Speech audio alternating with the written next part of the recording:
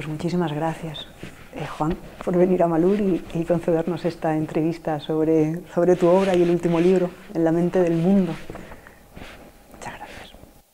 Es un placer estar aquí, es una aventura y es un privilegio conocer esta casa mágica. Sí lo es. Ese es un buen plato para hablar de todas las cosas que vamos a hablar.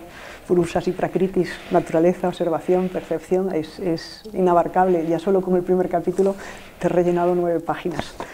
Entonces, empezamos por tu hipótesis de trabajo, la que planteas en el libro, ¿te parece? Es la distinción entre espíritu y alma, que en términos modernos son conciencia y mente. Que ahí también me gustaría que matizaras la diferencia entre nombrarlo conciencia y mente a nombrarlo espíritu y alma, ¿no? Porque lo que nombras es lo que baja, ¿no? El espíritu lo defines por 3 cualidades: distancia, el poder de objetivar, la capacidad de convertirlo todo en símbolo y la conciencia de sí mismo. ¿Te parece que abramos ese fruto primero? Sí, esto es una enseñanza fundamental de la Bhagavad Gita, ¿vale?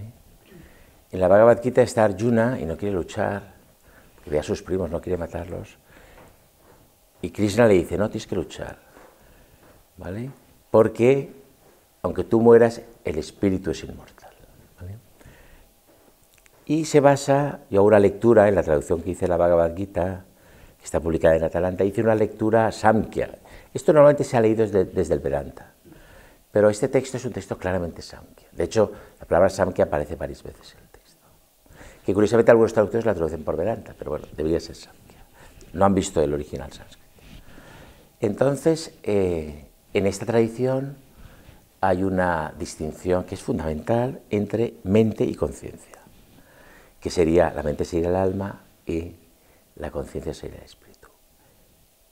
La mente, el alma, no es trascendental, es mundana, es samsara. De hecho, vivimos en la mente del mundo. Yo pongo siempre la imagen de un río. O sea, vivimos en la mente del mundo y ahora voy a explicar un poco qué es la mente del mundo. Luego voy a volver aquí, pero voy a explicar qué es la mente del mundo y por qué estamos en la mente del mundo. Porque el mundo tiene una naturaleza mental, pero no de mi mente, sino esto es una idea del Vijnanavada budista, tiene una naturaleza mental. Y nosotros en ese río mental somos como remolinos, pero somos parte de esa mente. Cada individuo sería un remolino en ese río de la mente, ¿vale?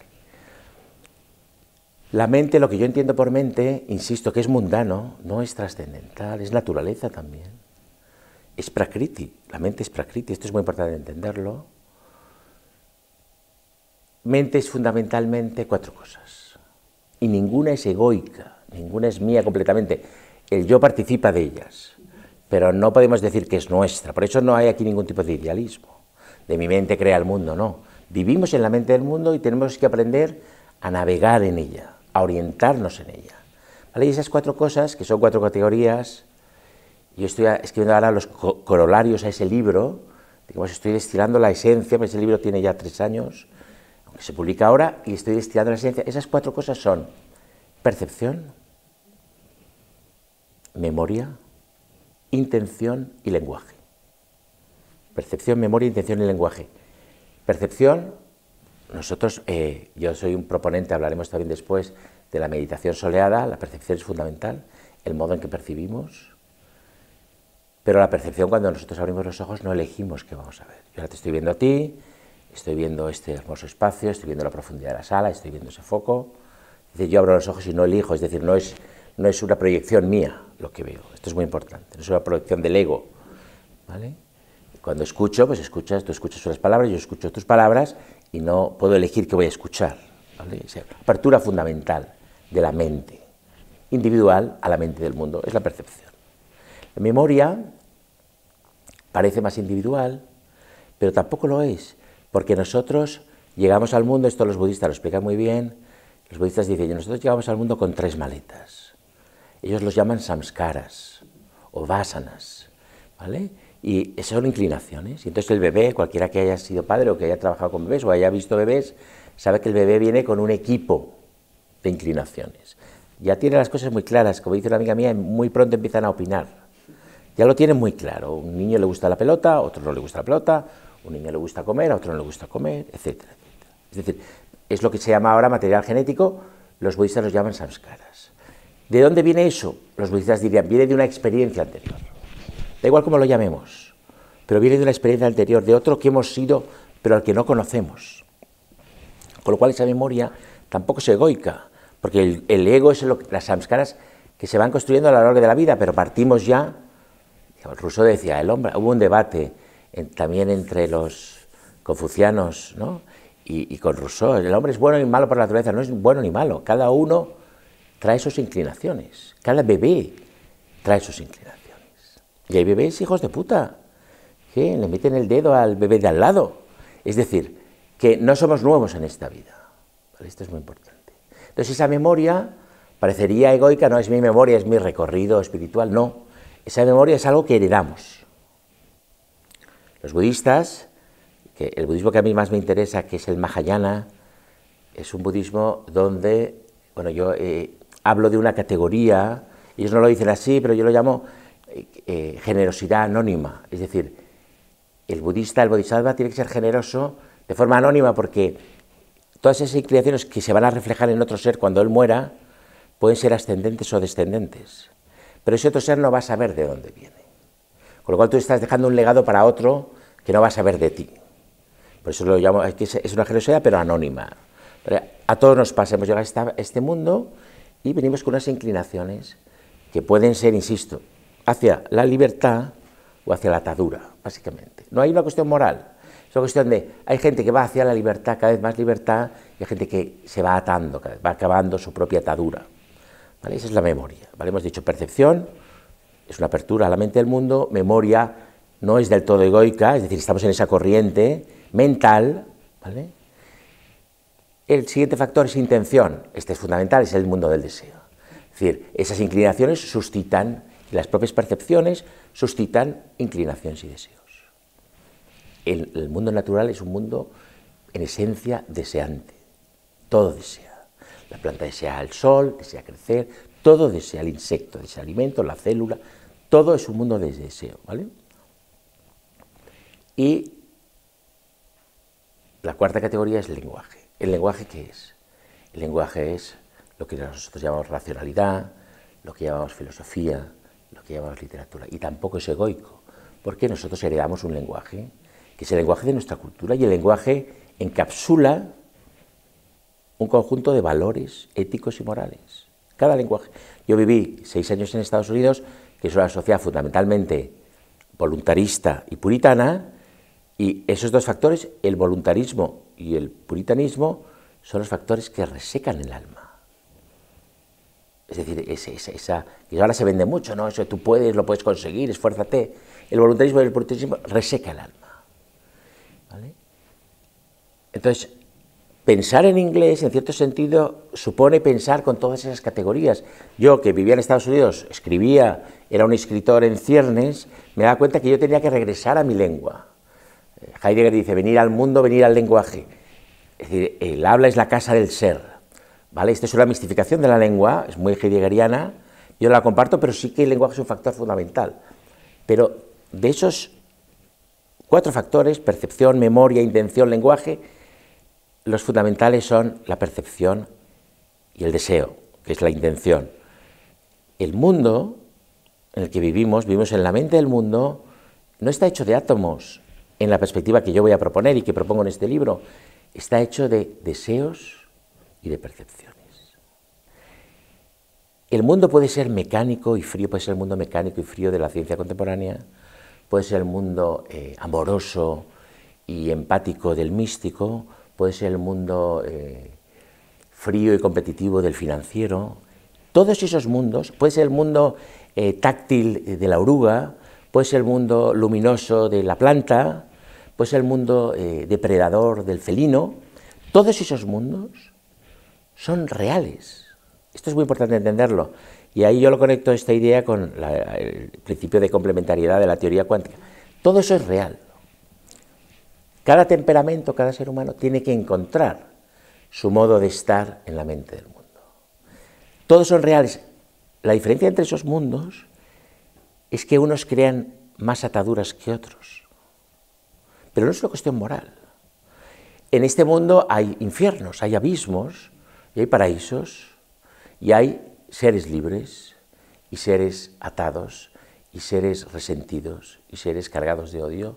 Y entonces esos diferentes itinerarios, insisto que todos son reales y todos hacen la mente del mundo, de modo que la mente del mundo, el mundo evolucionará en función de esa onda mental colectiva de todos los seres, incluidos los insectos, las plantas, los seres humanos, los seres que hay por encima de los seres humanos, ¿vale? Esto es una idea muy budista.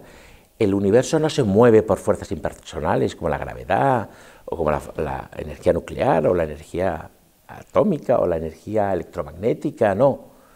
El universo se mueve por la integral de la energía mental de todos los seres que lo habitan, porque en el universo todo está vivo, ¿vale? Entonces, eso es la mente. Ahí tú me has preguntado, mente y conciencia. ¿Qué es la conciencia? En el modelo con el que yo trabajo, como hipótesis de trabajo, que es el modelo de la filosofía Samkhya, hay una diferencia entre todo eso que hemos dicho que es mente y la conciencia. ¿Qué es la conciencia? La conciencia es algo inefable, pero esta definición que has mencionado tú es una definición de Scheller, que a mí me gusta, pero la conciencia en el modelo Samkhya es una conciencia que no tiene ni lugar y tiempo, es decir, que no está ni dentro ni fuera de nosotros, porque no está en ningún lugar y al mismo tiempo está en todos los lugares. No la podemos limitar a las categorías de espacio y tiempo, y lo más importante es una conciencia vacía, con lo cual no es ni tuya ni mía ni del otro.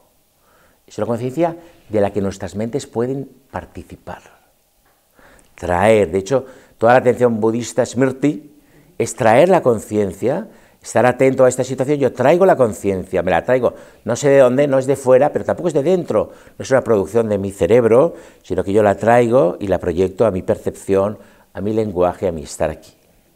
Participamos, la mente participa, puede participar de la conciencia. Esto es una idea que está en casi todas las filosofías, de manera implícita, pero poco clara, porque, por ejemplo, en nuestra tradición cristiana el alma es inmortal. En este modelo que yo estoy manejando, el alma es mortal, el alma se entrega. De hecho, siempre se ha dicho, entregó el alma, es una expresión que me encanta. El alma se entrega y se refleja en otro ser, o se proyecta, el cuerpo, los budistas dirían, el cuerpo sutil de Beatriz y de Juan se proyectará en otro ser.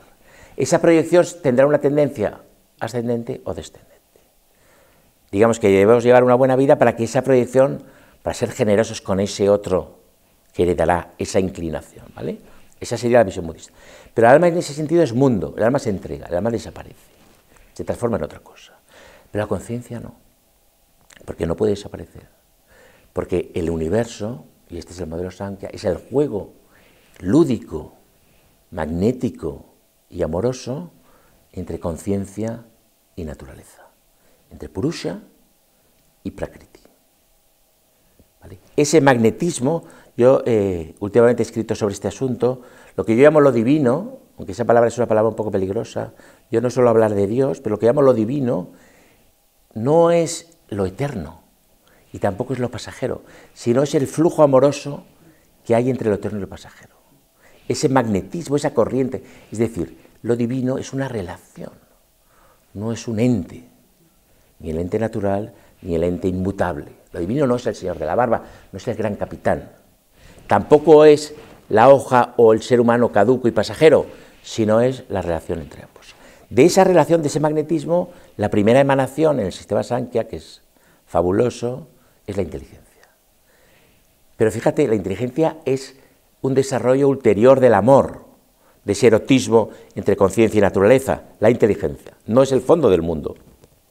Ahora bien, el mundo, el universo, la naturaleza es inteligente. Esto lo vemos, tú que vives aquí en el campo lo ves todos los días. La naturaleza es muy sabia, muy inteligente. De esa inteligencia que es cósmica, para poder realizarse plenamente se tiene que fabricar un yo. Es lo que los indios llaman el ahamkara, el yo. Se fabrica un yo para poder desarrollar todas sus potencias y facultades. Y el yo se crea una mente. Entonces, en ese sistema tenemos dos principios que no han nacido, que son eternos, que son conciencia y naturaleza, de esa relación, de ese juego magnético. Los filósofos del Samkhya lo explican con el símil del teatro. Sale la bailarina al escenario, la bailarina es la naturaleza, sale, hace su performance y se retira para complacer al Purusha. ¿Quién es el Purusha? El espectador, la conciencia. La conciencia se recrea ¿vale? Es como si lo divino se hubiera hecho un juego, ¿vale? Vamos a jugar al teatro. Por eso la primera parte del libro se llama el teatro de la mente. La mente es un teatro. Pero el teatro de la mente no es todo, porque hay que contar con el espectador, con la conciencia, que está fuera de la escena. ¿Vale? Vale. Entonces somos incompletos mientras no hagamos ese juego de magnetismo, mientras no conozcamos de alguna manera el Purusha y seamos ese Prakriti, ese proceso. Claro. ¿Cómo hacemos? Nosotros ¿Cómo somos accedemos? ese proceso, pero podemos vivir al margen de la conciencia, que es como vive mucha gente, que básicamente es la vida apresurada. Cuando era pequeño mi madre me llevaba al colegio y como siempre íbamos tarde, decía, somos los presurosos. Es una palabra muy de mi madre, los presurosos. Bueno, pues ahora todos somos presurosos, ¿vale? Pero hay momentos de pausa donde la mente puede detenerse, frenarse y participar de la conciencia. Traerla aquí. Al final es una cuestión de hospitalidad y de agradecimiento, de invitarla. Vale, estamos en este mundo, pues vamos a traer a la conciencia, ¿no? Esto lo explicaba muy bien Óscar Pujol cuando estuvo aquí, que en la India hay tradicionalmente dos modos de frenar esa premura, esa actitud presurosa en la India, que son muy efectivos los dos. Uno es la respiración, ¿no? El yoga, y otro es la oración, la palabra, el poder de la palabra, el lenguaje, que es mente del mundo. El Japa Yoga, que dicen que en el Kali Yuga es uno de los mejores métodos para poder concentrar la Luego es muy atención. importante entender que cada cual, esto es muy importante defender, yo estoy constantemente insistiendo en esto, el pluralismo. Todas las vías, esta es la enseñanza fundamental de la Bhagavad Gita, el pluralismo, es decir, cada uno tiene por su temperamento, por su propia configuración psicofísica, tiene un camino. Los indios llamarían, tienen su dharma, los chinos dirían, tienen su tao, su camino. Y no todos los caminos tienen que ser iguales, y está muy bien que no sea así. Hay filósofos, por ejemplo, Cioran, que es un grandísimo escritor, que tienen metafísicas de insecto.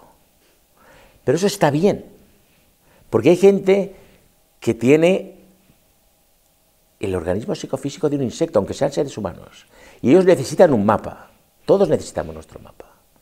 Insisto, y todos esos itinerarios son reales. Pero no son mejores y peores, los que acercan a la conciencia, al Yo Purusha. no diría, yo es que soy muy poco moralista, Vale. yo no diría que son mejores y peores, yo diría que hay algunos que conducen a la libertad y otros que refuerzan la atadura. Pero es que hay gente que quiere vivir atada, que no podría vivir sin ataduras. Y de hecho, la tierra, por ejemplo, la tierra, la madre tierra es conservadora, es atadura. La tierra está constantemente autorregulándose porque hay gente que necesita un suelo firme. Y hay gente alada que puede vivir sin suelo. Pero y todos están bien y todos son reales. En función de la propia naturaleza, en función del punto de partida del ser, de esa memoria que hereda, pues uno tiene que orientarse y conducirse por esa mente del mundo. Hacia una mayor libertad, pero desde el insecto hasta el pájaro, ¿no? Vale. Eso me recuerda un poco a la anterior entrevista con Arcadio Rojo, ¿no? Que mucha gente ha preguntado, ya, pero si todo es Shiva, siempre vamos, el tema del mal. El tema del insecto no es problemático, pero el tema de un malvado, claro, que realmente ejerce crueldad o ejerce violencia de una manera que se escapa a los cánones, claro, ya no de una moral. Claro, yo ahí, claro. ¿Cómo lo colocamos? Vamos a ver, es importante decir, si habéis hablado del shivaísmo, que el shivaísmo de Cachemira conserva el modelo Samkhya, este modelo que yo he explicado, luego este modelo se desarrolla hacia abajo, ¿vale? Hacia los elementos, hacia la materia tosca, que es lo último que aparece. Pero lo que hace el shivaísmo de Cachemira es que ese modelo cosmológico, ese cosmos, lo desarrolla por arriba. Es decir, Purusha y Prakriti son Shiva, y luego por arriba hay manifestaciones de Shiva. Es decir, es curioso, es una especie de tratado de angelología, porque se va más arriba, ¿no? El Samkhya es más o menos no teísta, es decir, habla de estos principios no de una manera devocional. Pero el shivaísmo de Cachemira lo adopta, yo lo explico en un libro que se llama La mente diáfana, que es una historia del pensamiento indio, y lo desarrolla por arriba, ¿vale? Es fascinante. Entonces el mal, ahí yo tengo una visión muy budista, porque mi modelo es una combinación de la cosmología Samkhya y del budismo Mahayana. ¿Qué hace el bodhisattva? Y yo insisto, porque luego hablaremos de esto, yo soy un escritor, un filósofo. Mi camino no es el camino del santo, mi camino se llama así el camino del poeta, ¿vale? Tal y como me veo yo, mi misión en el mundo, ¿no? ¿Qué hace el bodhisattva? El bodhisattva tiene dos alas, es un ser con dos alas, una es el discernimiento, que el discernimiento es el discernimiento de la vacuidad de las cosas, y ahora voy a explicar qué es la vacuidad porque esto se entiende muy mal en general, pero incluso en monasterios budistas zen, yo veo que no se acaba de asimilar un poco la idea seminal de la vacuidad.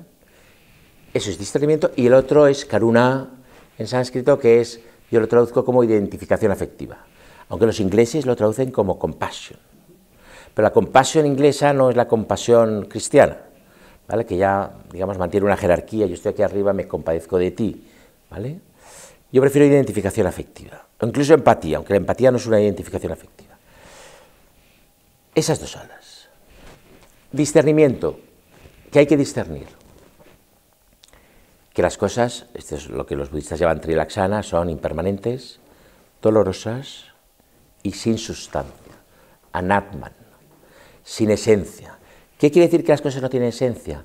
Que todo lo que hay en este mundo, y esto es una idea muy radical, es una idea de Nagarjuna, que es el que desarrolla el concepto de vacuidad. Lo está hablando ahora con un librero de Pamplona, encantador Dani, de la librería Walden. En este mundo no hay nada que tenga sustancia, todo es insustancial, nada tiene naturaleza propia, es decir, ni Dios. De hecho, Dios, digamos, no aparece en este discurso, no está. ¿Vale? El budismo no es que sea ateo, porque no es un... pero sí que podríamos decir que es no teísta, ¿no?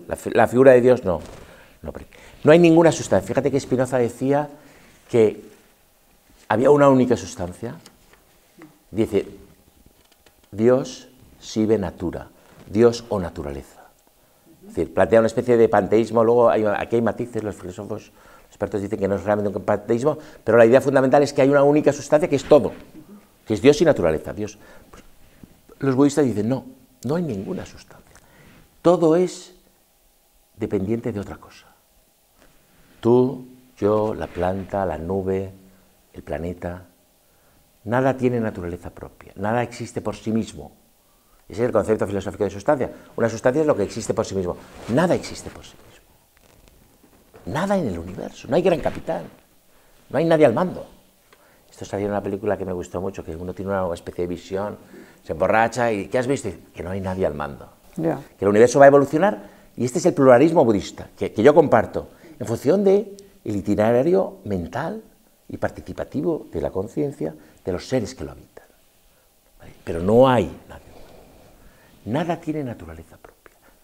Tú y yo necesitamos el aire, necesitamos el alimento, necesitamos el sol, necesitamos el afecto, necesitamos el amor, el lenguaje. Es decir, eso los budistas lo llaman pratitya samutpada, originación dependiente. Yo lo llamo, prefiero traducirlo como contingencia, pero bueno, originación dependiente es como se traduce tradicionalmente. Pues Nagarjuna dice, la vacuidad es pratitya samutpada, es lo mismo. Igual que él dice nirvana es samsara, que ahora vamos a ir a eso, la vacuidad es pratitya samutpada. Quien absolutiza la vacuidad, que esto se da mucho, quien hace de la vacuidad un absoluto, está cogiendo la serpiente por la cola, está cometiendo el mayor error posible. La vacuidad es esa contingencia que tenemos, esa dependencia que tenemos todos de otras cosas. Incluso, diría un budista como Nagarjuna, incluso de la idea imaginal o la idea imaginaria de Dios. Todos dependemos de otras cosas. Contingencia. ¿Cuál es el siguiente paso que da Nagarjuna? Contingencia, puesto que todo depende de todo, incluso la idea misma de la dependencia es dependiente. Es decir, la idea misma de pratitya samutpada es vacía, con lo cual no te vengas muy arriba con esa idea. Tienes que tener una distancia irónica respecto a esa idea. Contingencia, ironía, es decir, el discurso de la vacuidad es igualmente vacío y, puesto que todos dependemos de otros, solidaridad. Ese es el movimiento que hacen los budistas, contingencia, ironía y solidaridad. Entonces, ¿qué hace el bodhisattva? Que es el ideal, es el santo budista, en el Mahayana. Pues descarta el nirvana, porque Nagarjuna va a decir otra cosa fundamental, que nirvana es samsara, es decir, que hay un modo de estar en samsara nirvanizado, digamos, que no hay que salir, y entonces el bodhisattva no sale de la rueda, se queda, y se queda para ayudar a los demás, para liberarlos del sufrimiento, para darles libertad. De hecho, hay abismos budistas y de vez en cuando en los abismos budistas aparece un bodhisattva, es un punto de luz que va recorriendo el abismo. ¿Qué hace, por ejemplo, cuando hay un crimen horroroso? De los crímenes más horrorosos que hemos visto recientemente es ese padre que quema a sus hijos para fastidiar a su exmujer que le ha dejado. No, pues el bodhisattva, ¿qué hace en esa situación? El primer ser en el que piensa es en el asesino. Ese es el que está más atado de todos los partícipes. A ese es el que hay que rescatar. Fíjate que es el discurso antipuritano, porque la justicia lo que hará es castigar a ese y atender a las víctimas. Pero el bodhisattva piensa, no, la víctima es el asesino. Una vez un monje me dijo, no, el psicópata hace lo que puede, ¿no? Y hay que ir a por ese. A por los demás también, pero ese es el que está con el nudo más fuerte, con la atadura más fuerte, ¿no? ¿Y qué reflejo eso tiene una estructura social, ¿no? ¿Qué reflejo tiene una estructura social ese ayudar a esta persona en la ignorancia que genera ese sufrimiento a desanudarlo? Claro. ¿Qué futuro tiene socialmente? Yo creo que ninguno. Claro, es que es muy difícil. Ninguno. Claro, una institución de bodhisattvas penitenciaria en el que ninguno. Lo que se hace es pero reeducar. Es que, ninguno. Pero es que tratar de implementar estos modelos filosóficos, teológicos, religiosos a la sociedad es... ¿Una causa perdida? Yo creo que sí. Yo creo que esa no es... Igual es por mi carácter y por mi temperamento, pero esa no es la vía. Pero bueno, hay gente, bueno, el siglo XIX y el siglo XX están llenos de utopías sociales. Yo he estado leyendo mucho a Huxley, he estado escribiendo sobre él porque me interesa mucho, estoy investigando la experiencia psicodélica y él era un hombre que era un victoriano y los victorianos en el fondo siempre dicen, bueno, hay que hacer algo por los demás. Y entonces siempre estaba pensando en modelos.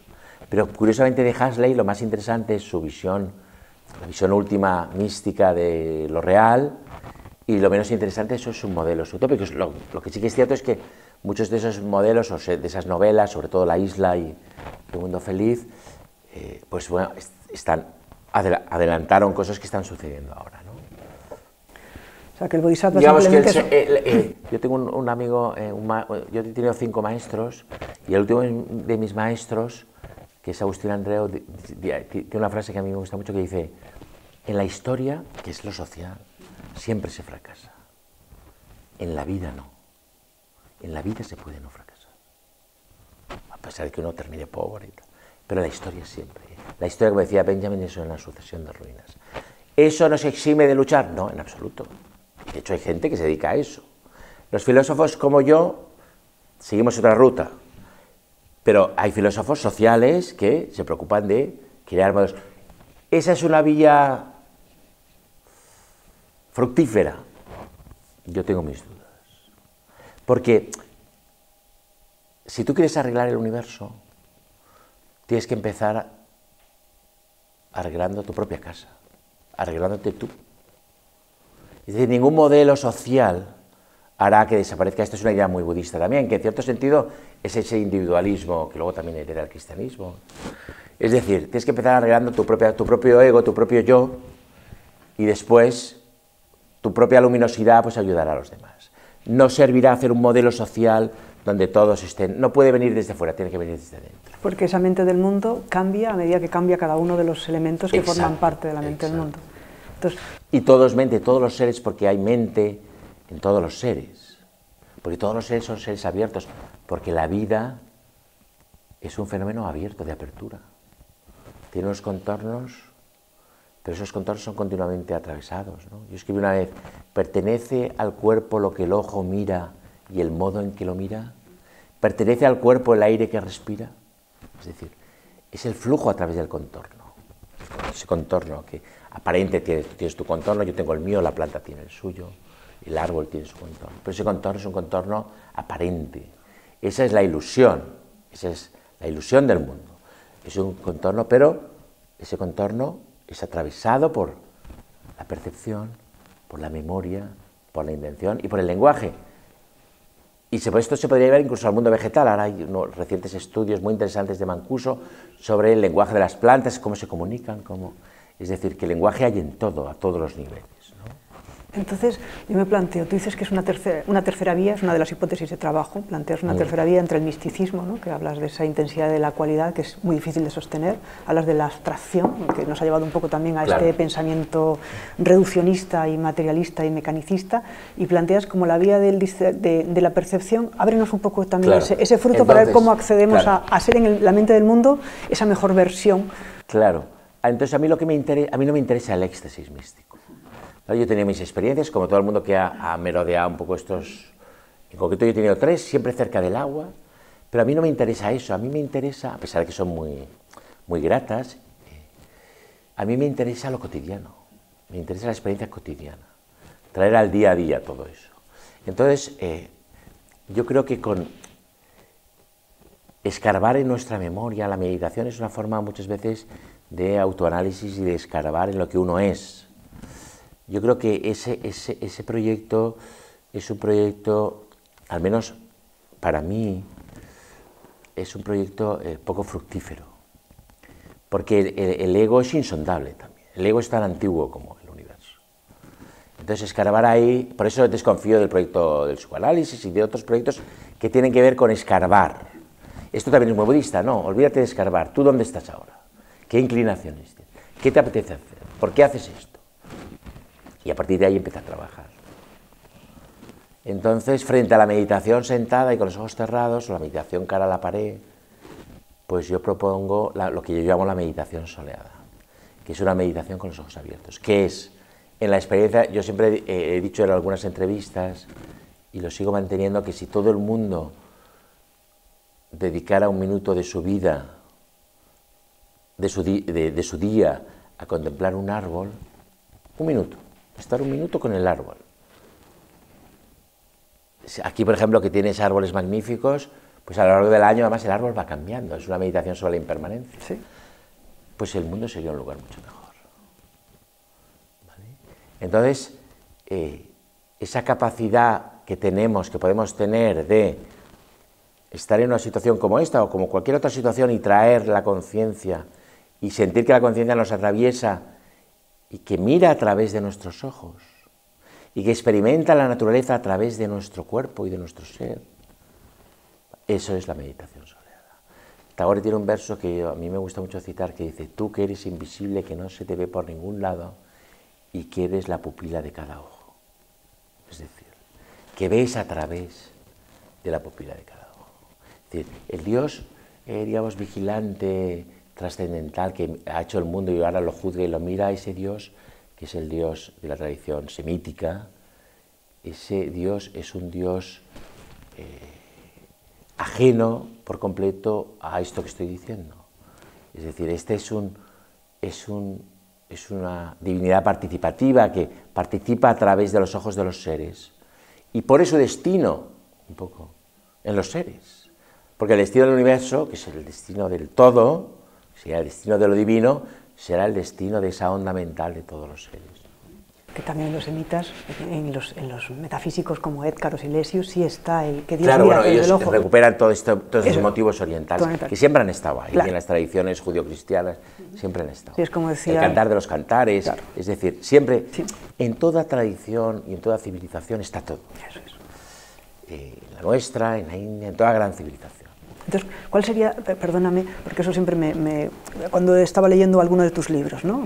Vedanta, que pone el acento aquí, el sivaísmo, que pone el acento acá, Samkhya, que lo pone aquí, que quita el dualismo y lo convierte en un monismo, en todo este bosque inmenso de matices, todos son verdades complementarias de una verdad que trasciende o las subsume a todas, ¿no? Exacto. Esto, yo tengo una visión cuántica, ¿no? de este asunto. Sí. Es decir, nosotros nos podemos aproximar a lo real de muchas maneras, con muchos equipajes simbólicos. Por ejemplo, el Vedanta Advaita dice que lo único real es el Atman, ¿vale? Lo demás es ilusión. ¿Es una opción? Yo creo que no, porque yo elijo, pero elijo irónicamente, que yo soy un filósofo Samkhya, budista Samkhya, pero es una lección vital. Después de mucho reflexionar, después de mucho trabajo, yo voy a seguir este camino. A ver dónde me lleva. Pero hay otros caminos para otros temperamentos. Yo creo que la naturaleza es real. El Samkhya dice, la naturaleza es real, no es una ilusión. La mente crea ilusiones. Yo siempre pongo el ejemplo del palo en el agua. ¿Vale? Esto se ha dicho mucho en filosofía. No, los sentidos nos engañan. Los sentidos nunca nos engañan. Los sentidos son veraces. Los sentidos no nos pueden engañar, porque los sentidos no hacen inferencias. La mente es la que hace inferencias. Si yo meto un palo en el agua, ¿qué ocurre? Que la vista me está diciendo el palo está quebrado. Y el tacto, si yo meto la mano en el agua y toco el palo, me dice el palo no está quebrado. Y entonces la mente, entre la vista y el tacto, decide, y dice no, hago caso al tacto. Pero no me está engañando, porque la vista está siendo veraz, el palo efectivamente, visualmente está quebrado. ¿Vale? La mente es la que toma inferencias y la mente es la que nos puede engañar, no los sentidos, ¿no? Entonces, todas estas tradiciones yo las veo como todas las disciplinas científicas. Es decir, tú te puedes aproximar a la realidad de una manera química, de una manera biológica, de una manera física, teórica, de una manera física relativista, de una manera física cuántica, ¿vale? Cada una de esas maneras tiene su propio lenguaje, sus propios métodos de conocimiento, su propia memoria. Fíjate, cada disciplina, ya sea el shivaísmo de Cachemira o el mecanicismo fisicalista newtoniano, tiene su percepción, sus modos de percibir, su memoria, sus intenciones y su lenguaje. Cada una de ellas crea su propio objeto. Esos objetos que crean, la molécula, el átomo, el purusha, el atman, muchas veces, que son construidos, que son construcciones de la mente, no pueden dialogar entre sí. Si yo intento hablar de la melancolía del electrón, yo ya dejo de hacer ciencia.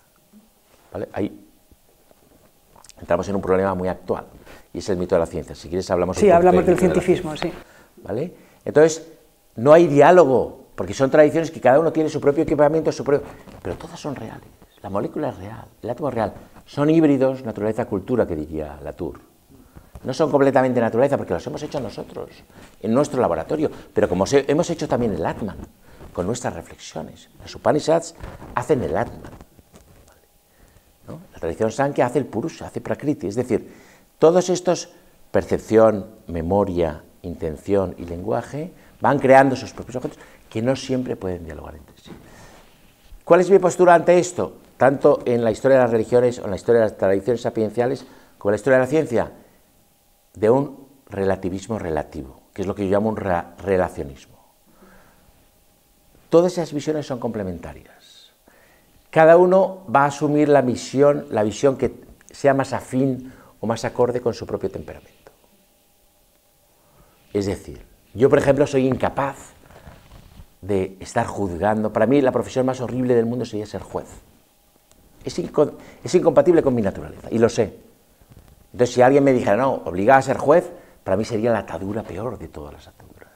Y cada uno tiene su vía, ¿vale? Entonces, Bohr decía, si nosotros preguntamos a la naturaleza en un determinado lenguaje, la naturaleza siempre nos va a responder en ese lenguaje. Esa es su cortesía, esa es su generosidad con nosotros. ¿De qué está hecha para poder hacer eso? ¿Es un don de espíritus que tiene la naturaleza? Está hecha de mente, ¿vale? Está hecha, y esa mente deriva luego en materia, porque también hay materia, por supuesto. Pero ontológicamente la mente es anterior, en el modelo en el que yo manejo. Pero los budistas dirían, son dependientes. La materia depende de la mente y la mente de la materia, ¿no? Los sufíes dirían, no, el eje del mundo es imaginación, y por debajo de la imaginación, o a un lado, estaría lo sensible de la materia, y por arriba estaría lo espiritual, lo intangible, lo inmaterial. Y la imaginación es ese lugar donde los espíritus se hacen cuerpo y los cuerpos se hacen espíritu. Ese lugar en el cuento es el Barsaj budista, ¿vale? Es otra opción, ¿vale? Todas esas visiones son complementarias. ¿Qué está ocurriendo ahora? Y este es un problema que nos ocupa y es el problema de nuestro tiempo. Que nosotros ahora vivimos en un mito particular en Occidente, y ese mito es el mito de la ciencia. ¿Por qué es un mito? Porque ese mito dice, tiene tres patas que son falsas. La primera y fundamental es que la ciencia es una. La ciencia no es una, la ciencia son muchas disciplinas científicas, incluso dentro de cada disciplina científica, cuando hablamos de una ciencia muy desarrollada como la física, hay subdisciplinas. no hay ahora en el mundo nadie que domine todas las subdisciplinas de la física. ¿Qué quiere decir eso? Que no hay una visión física del mundo. Hay una visión termodinámica, una visión de la física nuclear, una visión de la astrofísica. ¿Vale? Esto pasa con todas las ciencias. Cada ciencia crea su propia espiral de conocimiento y su propio lenguaje. Y no siempre pueden dialogar entre sí, aunque pueden colaborar. Pero cuando colaboran, por ejemplo, cuando el ingeniero colabora con el médico y te mete un microchip, yo tengo un amigo que los hace, y el microchip va por tu sangre y donde están las células tumorales, ahí lo activas y suelta su veneno y se carga las células. ¿Ahí qué está pasando? Que el ingeniero se pliega a la cosmovisión del médico. Es decir, que no es un diálogo, es una colaboración. Esto es muy importante. Porque no pueden dialogar, porque hablan lenguajes diferentes. Hay que traducir. ¿Vale? Entonces, hay un momento muy importante en la historia de Europa, que es el siglo XVII, donde Galileo dice, la naturaleza habla el lenguaje de las matemáticas. ¿Vale? Esto es falso. La naturaleza habla todos los lenguajes. Habla el lenguaje que le propongamos. Hay lenguajes que son más efectivos que otros. Si yo quiero dominar el mundo, si yo quiero dominar la naturaleza, si yo quiero extraer de la naturaleza todos sus recursos, si quiero extraer todas las fuentes de energía, es más útil la matemática que la poesía. Efectivamente. Yo puedo relacionarme poéticamente con la naturaleza, pero en función de, como decía Wittgenstein, la exactitud depende de nuestros intereses, de lo que queramos hacer. ¿Vale? Entonces, Galileo dice esto, que es falso, pero la tradición científica se lo cree, y luego llega Descartes que dice dos cosas fundamentales. Dice, la ciencia es una, ¿vale? Y ahí nace el mito de la ciencia, y luego la ciencia, si es ciencia, es matemática, si no, no es ciencia. Entonces, ¿qué pasa? Que todas las ciencias quieren parecerse a la física, que es la ciencia que más se va a desarrollar. La biología, la neurociencia, incluso la medicina. Entonces se matematiza el conocimiento. Eso tiene sus ventajas y tiene sus inconvenientes. ¿Vale? Hasta el mecanicismo newtoniano, hasta que la física, y esto es fascinante, se desarrolla tanto que empieza a deconstruirse a sí misma. Sí. Y eso es la teoría cuántica. La teoría cuántica es la física contra la física, es decir, la física, lo que los físicos llamamos la física clásica, surge un movimiento, yo he escrito un libro sobre esto, que saldrá este año, después de verano, se llama Materia que respira luz, y surge un movimiento liderado por un danés que se llama Niels Bohr, y ahora sí que hablamos un poco de lo que es el conocimiento objetivo, que, liderado por este físico que tiene más de filósofo que de físico, y por dos jóvenes genios, muy jóvenes, y cada uno con sus debilidades, que son Heisenberg y Pauli, estos tres hacen la teoría cuántica. Yo lo explico en el libro. Yo siempre digo que la objetividad es el consenso de los expertos. ¿Vale? Está la gente que piensa que hay un mundo ahí fuera que nadie observa y que sigue su curso. Yo con todo esto que hemos contado no puedo sostener esa visión. El mundo de ahí fuera está lleno de percepción y de seres que perciben y entre todos hacemos el curso de la mente del mundo. ¿Vale? Es decir, no hay un mundo ahí fuera. Pero esto es lo que creía Einstein. Einstein, que era un realista platónico, digamos, pensaba que el mundo, al margen de los observadores, funcionaba solo. Pero antes de pasar a la objetividad, ¿no? Si hay un objeto, sujeto, si es todo uno, agua, ¿quieres un poquito? Este que está. Gracias. Esa diversidad, esa multiplicidad, hay un punto unitario, hay un centro desde la que se pueden converger todos esos radios y tener una perspectiva holística completa. O sea, el Atman es Brahma, puedo ser uno con Brahma y tener su visión. No, yo creo que el universo es multicéntrico. Yo creo que ahí soy como Giordano Bruno. El centro del universo es cada ser vivo. Sí. Cada ser vivo es centro del universo. Esto lo explicaba muy bien Leibniz. Cada ser vivo es una perspectiva del universo en su totalidad. La nómada, ¿no? Y hay ángulos torcidos y ahí estaría el problema del mal. Pero el mal tiene que estar. Porque lo más importante que el mal es la libertad. Y entonces hay ángulos torcidos y retorcidos y muy jodidos.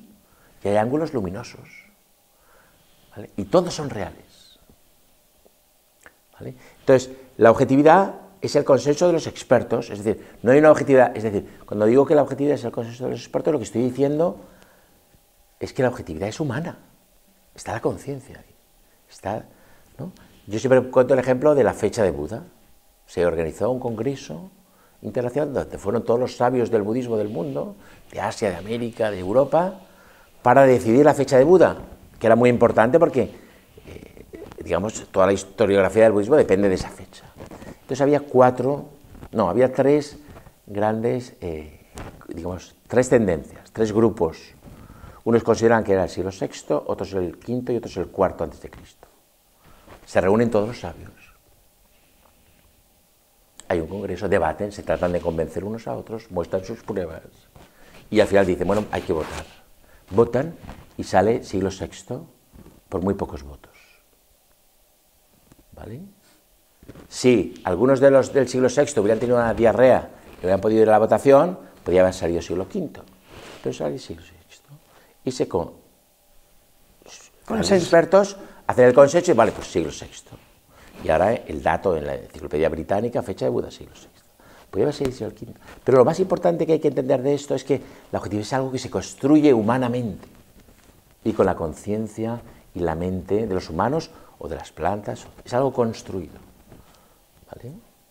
Pero no hay un sujeto último, un sasquín que no puede ser mirado, que sea un sujeto libre de esa objetivación, que sea al que realmente uno podría conseguir una identidad a partir de distintas pedagogías espirituales, que es un poco lo que plantean las tradiciones, y ser el ojo con el que mira a Dios, lo que hablábamos antes, realmente tener una visión unitaria, no escindida en esta multiplicidad de tantos centros, sino un solo centro. O sea, aunque cada uno seamos un centro, no hay un centro sobre el centro. En este modelo que yo manejo, sí, no. Vale. Pero entiendo que esa visión es complementaria de mi visión y de otras visiones. Vale.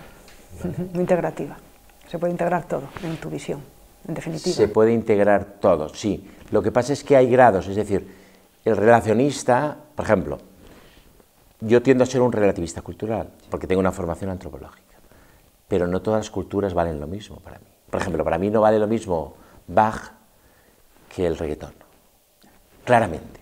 Y no vale lo mismo la cultura védica que los aborígenes australianos, o incluso, diría incluso que los mayas. Es decir, hay culturas más desarrolladas que otras. Todas son reales y todas son ángulos de ver la realidad, ¿vale? Pero no todas valen lo mismo. Vamos a matizar, porque creo que darle una parte práctica, yo siempre buscando una tecnología que ofrecer al lector de ese camino que tú planteas, de la percepción, de esa contemplación del árbol. Claro, el Buda hace toda una trayectoria smriti, recolección de la atención, samadhi, o sea, van distintos grados de absorción para poder realmente la mente establecerla, hacerla estable para poder hacer esa contemplación que tú propones en tu meditación solar, ¿no? Claro. O soleada. No es fácil.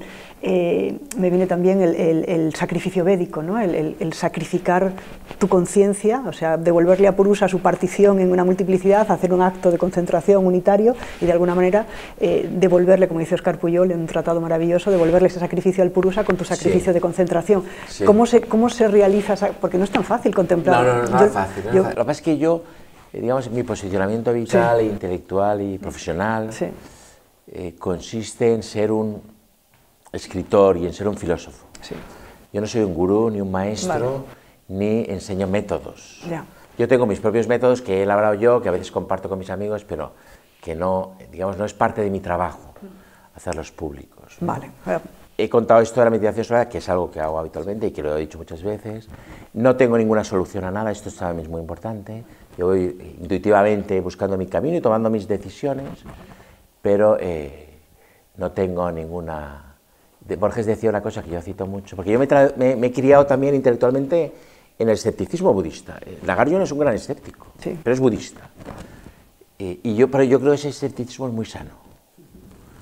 Y entonces Borges dice, la solución al misterio, hablando del relato policíaco, pero vale para la metafísica, es siempre inferior al misterio. Entonces, para mí está bien vivir el misterio. Es decir, de hecho, yo he sido muy crítico, por ejemplo, con todas estas teorías físicas, la teoría del todo, ¿no? La ecuación que resuelve todo, ¿no? La teoría del todo es una teoría física, lo primero. La física es una visión de la realidad reducida, que esto lo explicaba muy bien Schrödinger. La física se desarrolló tanto porque dejó fuera al espectador. Claro. ¿Vale? Por eso la física es un mecanismo que está ahí fuera, que funciona solo, pero no hay espectadores. Luego la relatividad lo introduce, pero subrepticiamente, porque Einstein conserva esa constante de la velocidad de la luz, que es espacio partido por tiempo. En la física de Newton tenemos la regla, ¿no?, de espacio y tiempo, y ahí todo cuadra, así podemos explicarlo todo. Pero no hay observador. El observador es el que ha hecho esa regla, pero bueno, prescindimos de él. Ese es su reduccionismo. Einstein la conserva con la velocidad de la luz. Yo creo que en la naturaleza todo es proteico, todo es transformación, nada es estable, lo único estable es la conciencia. Lo único que no cambia, porque está vacía, no puede cambiar, está vacía. Entonces, yo creo que la teoría de la relatividad falla precisamente en conservar esa, ¿vale? Entonces la física desarrolla ese mundo tal, y entonces ahora una teoría del todo, ¿vale? Imagínate que ya está, que no se ha hecho, pero imagínate que ya se ha hecho, ¿vale? Es una fórmula algebraica. ¿En qué medida será capaz de curar nuestras heridas? ¿En qué medida será capaz de aliviar nuestros sufrimientos? ¿En qué medida será capaz? En ninguna, de hacernos más felices. En ninguna. Es la teoría de la física. Entonces la solución total es un espejismo. Esto también es muy budista. Cuando yo estaba en Estados Unidos enseñando, mis alumnos siempre me preguntaban por el nirvana. El nirvana, y es que el nirvana, además, si es posible, barato y rápido. Y en el budismo, esto lo enseñó mi maestro Luis Gómez, el nirvana no es importante. No es importante. Pues somos Mahayana. Lo importante es ir hacia estados de mayor libertad. Este camino es muy largo. ¿Vale? Irse liberando de cosas, irse desprendiendo, navegar en la mente del mundo, tener el barco estabilizado, orientarse. Olvídate del nirvana. Y eso está conectado también con lo que decíamos antes de los éxtasis. Olvídate de la iluminación. Yo nunca utilizo la palabra iluminación. En el contexto budista hablo de despertar. Pero olvídate, tú, estados de mayor libertad. Sí, supongo que el nirvana es para volver a esa plaza del mercado, ¿no?, que dicen en el Zen, y simplemente habitar con claro, la lucidez. Esa es la idea, sí, claro, de estar otro modo de estar, un modo de estar en el mundo, claro, pero estando en el mundo. Claro, igual que la ciencia, si tuviera lo que quitó de la ecuación, que es la conciencia o el observador, que parece que ahora la mecánica cuántica lo interviene, sería una ciencia mucho más interesante y no generaría un tecnocientificismo como el que estamos ahora, y generaría quizás otra aproximación a la realidad más abarcable, o donde no queden fuera los sentimientos, el amor, la caridad, la belleza. Claro. Siempre serán reduccionistas y además la ciencia no tiene por qué. Lo importante es entender esas limitaciones, la naturaleza de esas limitaciones y las decisiones que vamos a tomar a partir de ahora. Porque hay dos elementos del mito de la ciencia de los que hemos hablado de la unidad, que es un mito, pero el otro es que la ciencia es democrática. Y es falso. Ahora lo hemos visto con la pandemia. Es decir, la ciencia tiene una efectividad y esa efectividad revierte en las sociedades que tienen la tecnología y que tienen la capacidad de hacerla y el dinero. ¿Vale? Es decir, no es popular, no es para todos. Eso es lo que se nos vende, ¿no? No. Ahí están los países africanos, donde no llegó la vacuna. No vamos a entrar en si la vacuna es buena o mala, pero se vio claramente que si era buena, pues la tenían los ricos, ¿vale? Esto en Estados Unidos son muy conscientes, es decir, nosotros dominamos el mundo porque tenemos la tecnología. Y el otro aspecto es si ciertas prácticas científicas son beneficiosas o amenazan la libertad humana, ¿vale? Y hay la tendencia a creer que siempre son beneficiosas y no, la ciencia ha hecho la bomba, ¿vale? Había un historiador de la ciencia, Hubert Reeves, francés, que decía, no, la ciencia empieza en Newton y acaba en la bomba. Es decir, la ciencia puede ser muy peligrosa, ¿vale? Y está en las manos, y la ciencia, de hecho, en un mundo dominado por la técnica, en que hay un desequilibrio tan grande entre la técnica y las humanidades, son los humanistas los que conocen lo que es la ambición científica. El científico está en la literatura, que quiere transformar el mundo, o el filántropo que quiere dirigir el destino de la humanidad. Y esas pasiones son humanas. Y de esas pasiones sabe el novelista, no sabe el científico, el ingeniero no sabe, el ingeniero es un ingenuo, en general. Samuel Butler, que estaba muy preocupado por la evolución de las máquinas, él tiene un artículo fabuloso que se llama Darwin Among the Machines, Darwin entre las máquinas. Y él decía, bueno, las máquinas ahora estamos viendo con la inteligencia artificial, ¿no? Es muy importante entender que las máquinas no piensan. No piensan porque no pueden tener experiencia. Y la experiencia es mente, es percepción, es memoria, es intención, es deseo y es lenguaje. Las máquinas tienen lenguaje y tienen una percepción en la que no hacen consciente, digamos, a la conciencia, ¿vale? Entonces las máquinas pueden calcular, de hecho lo hacen muy bien, y ahora me envió un filósofo de la ciencia un una encuesta que le hizo al GPT Sí. sobre una cuestión técnica de filosofía de la ciencia, y entonces, ¿cómo respondía? Me dijo, fíjate qué bien responde. Yo le decía, es un catedrático, no voy a decir su nombre. Y dice, es que va a responder en función de cómo lo hayan embutido. Por ejemplo, toda mi visión de lo que es una tradición de la filosofía de la ciencia, que podríamos decir que donde se engarzan Thomas Kuhn, Paul Feyerabend y Henryk Skolimowski, toda esa tradición, que es la tradición que yo manejo, que está en La fuga de Dios, eso no aparece, porque no lo han embutido. Porque al final es una cuestión de capacidades, ¿vale? La podemos embutir, pero no podemos... Y al final luego la máquina tiene que elegir qué discurso engarzo con cuál, ¿no? Y le elige de una manera mecánica. Entonces la máquina no piensa, la máquina calcula siempre, ¿vale? Entonces siempre habrá una diferencia inmensa entre la inteligencia del hombre respecto a esa inteligencia transhumanista. Claro, yo es que no la llamaría inteligencia, yo la llamaría cálculo mecánico, eso ¿vale? es. No la llamaría inteligencia. Pero bueno, también no hace falta pegarse a las palabras, pero bueno, yo creo que no piensa, la máquina no piensa. Vamos a Vale, hacer un cierre, sí. A ver cómo me cierras. Vale, voy a cerrarte, pero déjame que vuelva a Butler y te cuente, porque esto es un tema de nuestro tiempo también, las máquinas están evolucionando mucho, toda la literatura nos ha ido contando situaciones en que las máquinas dominan al hombre y nos hacen esclavos, y Butler dice, bueno, la máquina, su gran hándicap para la evolución es que no puede hacer el amor, no puede reproducirse. Y entonces Butler dice, ¿y cómo se reproduce la máquina? Y tiene una idea que para mí es genial. Dice, la máquina se reproduce como la flor. ¿Qué hace para reproducirse? La flor utiliza otra especie. La flor seduce a la abeja y con sus flores y sus colores y con esa seducción se reproduce. ¿A quién seduce la máquina? Al ingeniero. El ingeniero piensa que la máquina nos va a hacer una vida mejor, que está en su derecho, que nos va a sacar las castañas del fuego, que va a hacer que vivamos muchos años, que vamos a ser felices, aunque vivamos deprimidos en un sofá, viviremos 200 años. Entonces seduce al ingeniero y el ingeniero hace que esa máquina torpe sea una máquina más desarrollada, utilizando otra especie, y evolucionarán y nos crearán problemas. Yo estoy convencido. Yo probablemente no lo vea, mis hijos ya empezarán a verlo, ¿no? Y entonces esto es muy importante tenerlo presente, porque es el tema de nuestro tiempo. Claro. ¿Y cómo podemos, desde esa vía que tú planteas, ya sé que no das métodos, desde la percepción, de alguna manera liberarnos de ese hombre-máquina, de esa... Bueno, claro, pues yo cerraría con una frase de Novalis. Novalis dice una frase que yo creo que está en el manual y es... Novalis dice, el ser humano es aquel ser que vive al mismo tiempo dentro y fuera de la naturaleza. Es decir, si nosotros aprendemos a vivir dentro y fuera de la naturaleza en nuestra experiencia cotidiana, es decir, en la naturaleza en cuanto que somos mente y fuera en cuanto que podemos traer a la conciencia, a la atención que participe de esa mente, entonces, digamos, estaríamos en un camino ascendente, lo que llamo un camino ascendente, un camino hacia una mayor libertad. Libertad, perfecto, pues por la mente diáfana, si Dios quiere. Muchas gracias, Juan. Muchas gracias a ti y a todo tu equipo que está aquí.